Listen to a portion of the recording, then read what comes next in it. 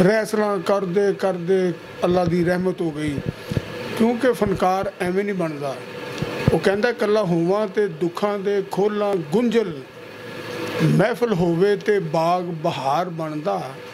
निरा हुसन दा ना नहीं फन नाजिश, खून जिगर दा दईए ते शाहकार बनता।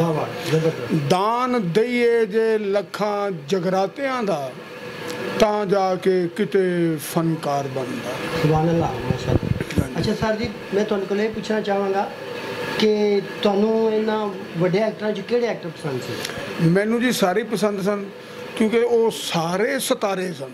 अच्छा, माशाअल्लाह। और सारे फ़कीर भी सन और फनकार भी सन।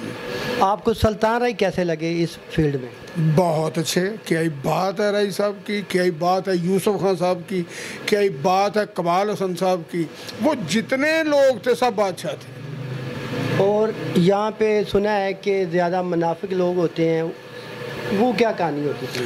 ये बिल्कुल झूठ है। अगर मैं मुनाफिक आना तो मैनू सारे मुनाफिक लगणगे, अगर मैं सही हाँ तो मैनू सारे सही लगणगे। बिल्कुल सही फरमाया आपने। दूसरा सर जी, तुहाडे कोल पूछना चाहांगा कि मैडम नूर जहां दे दौर च कैसा फिल्म दा दौर? मैं कहना सर, मैडम दे दौर च अरूज इहो जिहा अरूज के बंदा सोच नहीं सकता कि यानी कि मेरी रहायश इछरे वे, मैं 6-6 महीने घर नहीं सी जा सकता। हिसाब ला लो कितना कोई कम होएगा। अच्छा, माशाल्लाह माशाल्लाह, जबरदस्त। और सिंगर जो तुहानू मैडम नूर माशाल्लाह बहुत क्या ही बात है जी।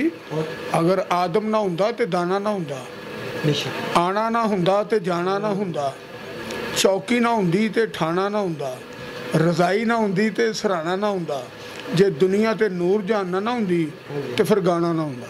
सुभान अल्लाह, ज़बरदस्त। सर जी, मैं अगले एक नई सिंगर है उन्होंने बारे पूछना चाहांगा जो कि नसीबो लाल साहब हैं। देखो जी, नसीबो सी अल्लाह ने उन्होंने लाल बनाता है। तो मेरी दुआ है कि जो नवा सिंगर है पुराना सिंगर है, अल्लाह सब नू कामयाबियां अता करे।